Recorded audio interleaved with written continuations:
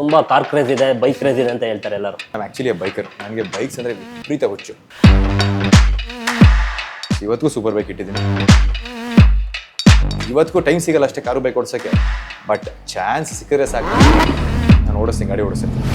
ಹೋಗ ಚಾನ್ಸು ಏನಿಲ್ಲ ಅಂತ ತುಂಬ ಬೇರೆ ಬೇರೆ ರೀತಿಯೆಲ್ಲ ಬೈಕ್ ಕಳಿಸಿದ್ದಾರೆ. ನಿನಗೆ ಸೂಟ್ ಆಗಲ್ಲ ಆ ರೋಲ್ಸು, ನಿನಗೆ ನಮ್ಮ ಸಿನಿಮಾದಲ್ಲಿ ನಿನಗೆ ಒಂದು ಹೋಲುವಂಥ ಪಾತ್ರಗಳು ಯಾವುದೂ ಇಲ್ಲ ಅಂತ ಅಂದ್ಬಿಟ್ಟು. ನನಗೆ ಜೀವನದಲ್ಲಿ ಏನು ಮಾಡಬೇಕು ಅನ್ನೋ ಕ್ಲಾರಿಟಿ ಇಲ್ಲದ್ರೂ ಪರವಾಗಿಲ್ಲ, ಏನು ಮಾಡಬಾರ್ದು ಅನ್ನೋ ಕ್ಲಾರಿಟಿ ಜಾಸ್ತಿ ಇದೆ. ಸೊ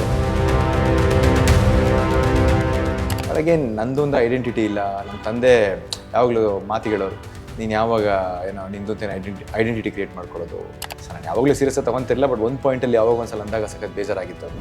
ದರ್ಶನ್ ಸರ್ ಜೊತೆ ಸಿನಿಮಾ ಮಾಡಿದೆ. ಈಗ ಅವ್ರದ್ದೇ ಮತ್ತೊಂದು ಸಿನಿಮಾ ಮಾಡ್ತಿದ್ದೀನಿ ಇವಾಗ.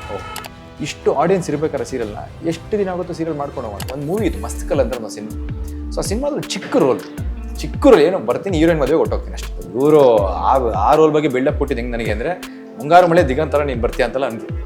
ನಾವು ಗೊತ್ತಲ್ಲ ಯಾರಾದ್ರೂ ಹೌದಾ ಇರ್ಬೋದೇನಲ್ವಾ ಅಂದರೆ, ದಿಗಂತವ್ರಿಗೂ ಆ ಥರ ಲೈಫ್ ಚೇಂಜ್ ಆಯಿತು, ನನಗೂ ಆ ಥರ ಲೈಫ್ ಚೇಂಜ್ ಆಗುತ್ತೆ ಅನ್ನೋ ದುರಾಸೆ. ಆಸೆ ಅಲ್ಲ, ದುರಾಸೆ.